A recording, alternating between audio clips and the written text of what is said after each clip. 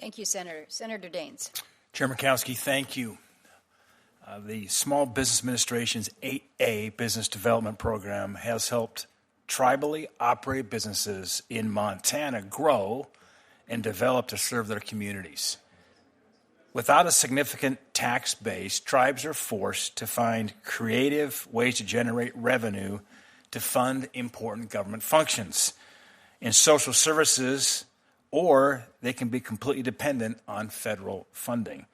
Tribally owned entities in Montana, give me a couple examples: S&K Technologies, Buffalo Horse Incorporated.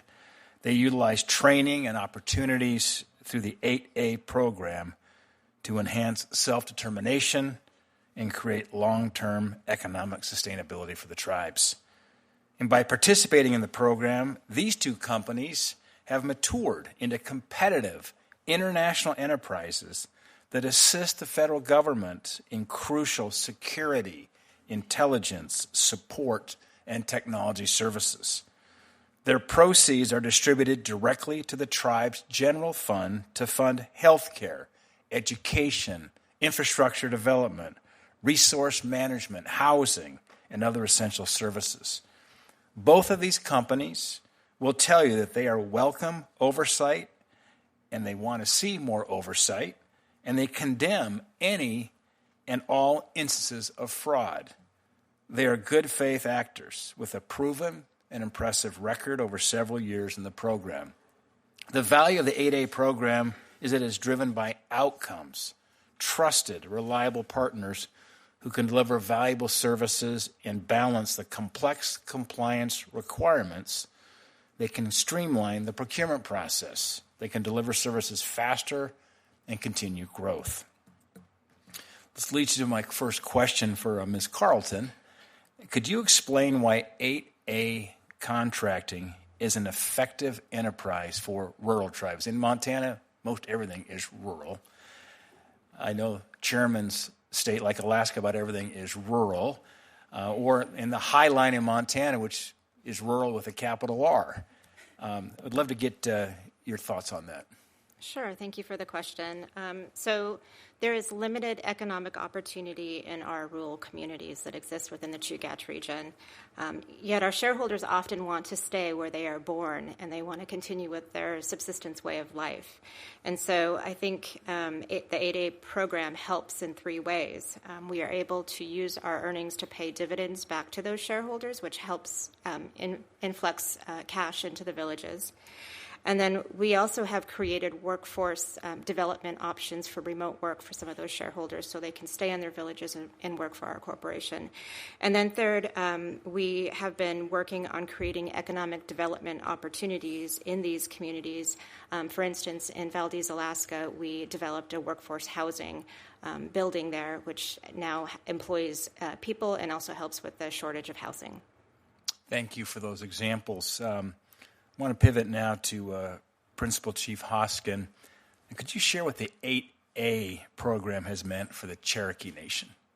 Well, it's been transformational, Senator. I mean, before Cherokee Nation availed itself of the 8A program and scaled up what is really an impressive and an effective partner for the United States as far as being a federal contractor, my predecessors and other tribal leaders could not find the revenue to fill gaps that existed then and still exist.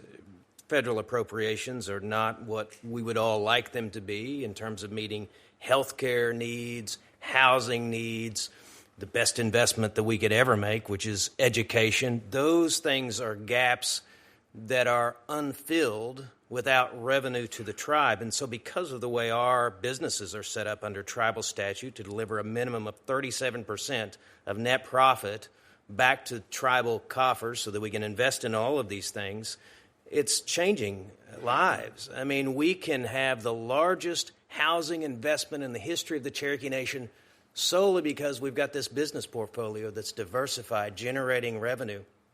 We have my grandfather would be amazed that I could say that we have 14,000 employees around the world. Thousands and thousands of them work directly for these companies that are delivering for the United States. Healthcare, we've gone from a system of top-down, underfunded IHS programs to bottom-up, Cherokee Nation-driven. A system of world-class wellness is where we're heading. Why? Because we have the revenue to build hospitals, clinics, schools for nursing, schools for physicians, jobs, recruitment. Young Cherokees can see what they can be, but we can make it happen because of those dollars coming in. It's just, I could go on and on, Senator, but it's really been transformational from language preservation to economic development. It's just changed the landscape and the future of the Cherokee Nation. I think you just cut a TV commercial for the 8A program right there. So, Chairman Kelsey, thank you. Thank you, Senator Daines. Appreciate that. You all have I think really helped build the record in terms of benefits. I want to just comment just a moment, Ms. Carlton. You mentioned that one of the benefits is cash into the villages. That sounds great. Like, I'm going to get boatloads of cash, right? What am I going to do it? I'm going to go to Hawaii. No. Can you please share with the committee and Ms. Watson? What? Oh. Not that there's anything wrong. Not that there's anything wrong with going to Hawaii. Actually, my husband's just coming back from Hawaii this morning. It's cold back home. But the reality is the village, many of the villages for your shareholders are extraordinarily expensive to live. You've just mentioned, Ms. Perryville, $1,600 to get from Perryville to Anchorage. One of my little cheat sheets that I carry around with me in the community of Napakiak, a 4x8 sheet of plywood, regular grade, is $140. A 2x4 is $17. You could get it for $2.99 if you are going to Home Depot. And so when we say cash into the village, it is helping to offset the extraordinarily high cost of living, everything from food to materials to air transportation. This is not lining people's pockets in a way that some would say is excessive there. I wanted to just. Oh wait, I jumped ahead of you. I'm sorry. No, go. Okay. Yes, please. I just realized Senator Daines was the last questioner, and I'm supposed to defer now to you. No, but you're up. Okay. Yeah. See how this works? We're very compatible, except when I say don't go to Hawaii. We've talked a lot about the benefit side. I thank you for that. I also recognize that sometimes questions arise when community members might not support the benefits provided by the ANCs, the NHO, or the tribes, or the lines of business that the entities are pursuing. But this is really what self-determination is all about, right? This is the opportunity or the advantage of internal oversight mechanisms that allow community members to raise concerns, help influence the decision, but those are decisions that are made. And I think you had mentioned some of the internal governance structures that you have, Ms. Ah Loo, with regards to the Native NHO. Anything further to that point that you would add, Katherine or Polly, in terms of internal governance structures that provide oversight for the tribes, for the ANCs? I would just add that, we are a mature organization for government contracting, and so we have built up a compliance department within Chugach that contains compliance, legal, and as well as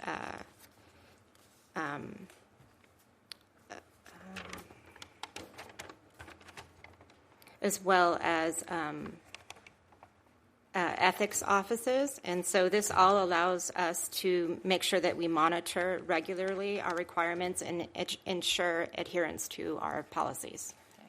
So let's speak a little bit more about the compliance side. First of all, is there anybody on the panel here who does not think that we have an obligation, not only from an oversight perspective, but that you all have an obligation to ensure that there is no fraud, waste, or abuse within your system? Does anybody disagree that that's not a responsibility? Okay, so we're all clear. We're not afraid of compliance. We're not afraid or concerned about the transparency, the accountability that comes with these opportunities. I'm seeing head nods. We all agree. Okay. Several of you have mentioned the concern that there's a mischaracterization that when you use terms like set aside or sole source, no bid, that somehow or other these are the quote fraud magnets that we've seen kicked around. I think you mentioned, Ms. Ah Loo, that sole source does not mean unchecked, and I think this is really important to recognize this. Some seem to think that somehow or other 8A contracts are really easy to get. You can somehow or other game the system through subcontracting out the work in a sole source or a set-aside contract. Ms. Watson, why don't you speak to that in terms of what goes into bidding for a set-aside contract, and then what happens if a contractor fails to live up or to perform to the standards that are set out there? What happens? Thank you for the question. So BB&C's subsidiaries are independently managed and are responsible for their own contracting activity, performance, and compliance. Compliance is a part of BB&C and its subsidiaries' culture and ethos. The term sole source can be misleading. Most 8A awards, whether competitive or sole source, requires a rigorous and documented evaluation process. For competitive 8A set-aside contracts, firm must respond to a solicitation just as they would for any other federal contract. This includes submitting a detailed technical proposal, past performance documentation, management and staffing plans, and a cost-price proposal for evaluation. Even for 8A sole source awards, this process is not automatic. Contractors are typically required to provide capability statements, participate in capabilities briefings with the agency, submit detailed technical and pricing proposals down to the penny, and engage in line-by-line price negotiations. Contracting officers must make formal determinations that the firm is qualified, that the price is fair and reasonable, and that the award is in the government's best interest. SBA must also approve the firm and the award under its program rules.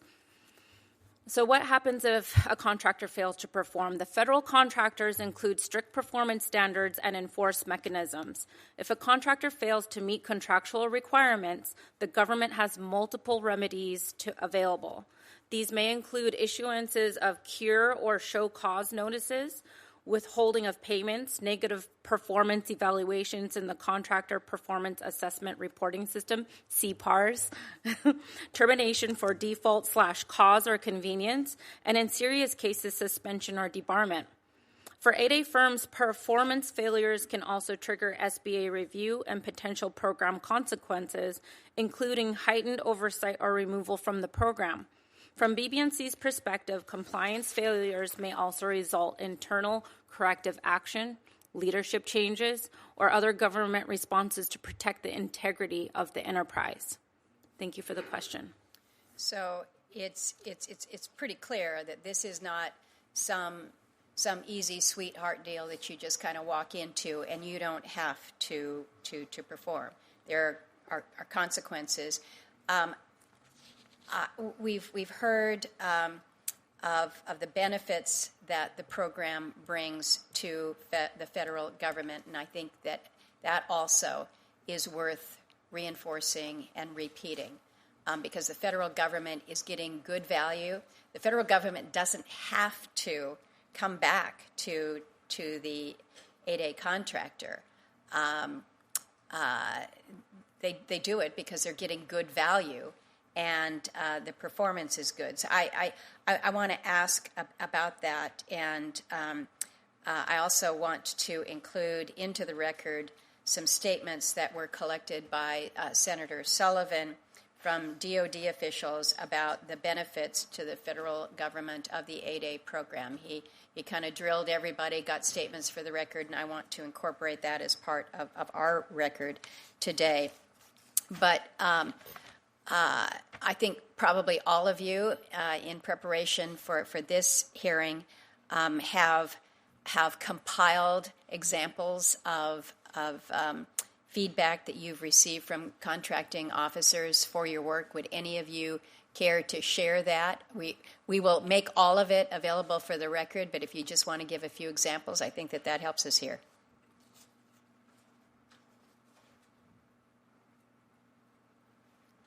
Polly, do you want to start? Yes, thank you, Chairman Murkowski. Yes, so when this request came to us, we immediately jumped on it, and it was so amazing to see how fast and flexible not only the folks that we employ to gather this data, but they also reached out to the agencies to provide examples as well. And those are the types of examples that we handed over to Sullivan's office. And one of the questions we asked the folks who provided those examples said, could we use your name? And they said, absolutely, please do, because we appreciate the value that you bring to us, the flexibility, the speed, and the reliability to these agencies. Anybody else want to share any examples? And again, if you don't have them right now, we'll incorporate them, because I do think it's important to reinforce the value that the government gets from those that are associated. Senator Cortez Masto, did you have any follow-on questions that you wanted to add for the committee? Okay. Senator Schatz? Just one final comment, and it's following up on something you said, Chair. These federal agencies have full discretion to give a contract or not give a contract. And one of the things that struck me as this was maybe 10 years ago, that I was learning when I was learning about this program is, if you talk to Department of Defense people who are in the procurement space, they find the flexibility that 8As provide to be extremely useful. And a lot of their frustration is they're always dealing with these giant primes, and they don't love it. And it's IDIQ, and it's endlessly expensive, and you're sort of trying to move an aircraft carrier when you need something much more nimble than that. And so I think the most essential point, besides that we should get more data and that we should codify the collection of that data either through rule or law, I'm fine with that. But the most essential point is that agencies have a choice whether or not they're going to contract with 8As, and they keep doing it not because they're reviewing the old statute and worried about, you think the Office of Naval Research is going, well, trust and treaty responsibilities? They're doing it because it's the best deal for their needs. And I don't want that to get lost here. Thank you for reinforcing that. I've got just one final question, and this is probably a question directed to you, either Ms. Watson or Ms. Carlton. But can you walk us through why an 8A firm might want to subcontract out a portion of the work, and how 8A firms might work with the contracting officers to ensure that they're all following the subcontracting limitations, because that also is something that we have seen in some of the correspondence coming from the agencies, is that somehow or other this is a nefarious deal. Thank you. So subcontracting is the normal part of federal contracting, including within the 8A program. Firms may subcontract specialized portions of work to access expertise, manage surge capacity, meet geographic and technical requirements, or reduce execution risk, particularly on complex contracts. However, 8A firms are required to comply with strict limitations on subcontracting. These rules ensure that the 8A participant performs the required percentage of work and maintains control over contract execution. To ensure compliance, 8A firms work closely with the contracting officers and SBA. This includes clearly defining work share in proposals, tracking labor and cost allocations during performance, maintaining compliant teaming and subcontracting agreements, and documenting performance metrics. Contracting officers and SBA may request periodic reporting, conduct audits, or review performance data to verify compliance through the life of the contract. This is in addition to annual reporting to SBA on this very subject. Thank you. No, thank you for that. And again, I think we've had good testimony. I think some of the questions from members have helped to draw out a little bit more by way of example. I don't have any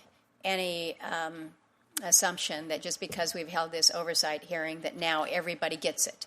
That the folks over at SBA and the Department of Defense were watching this hearing and saying, okay, don't need to do anything more. I think we still have much more work to do on the education front.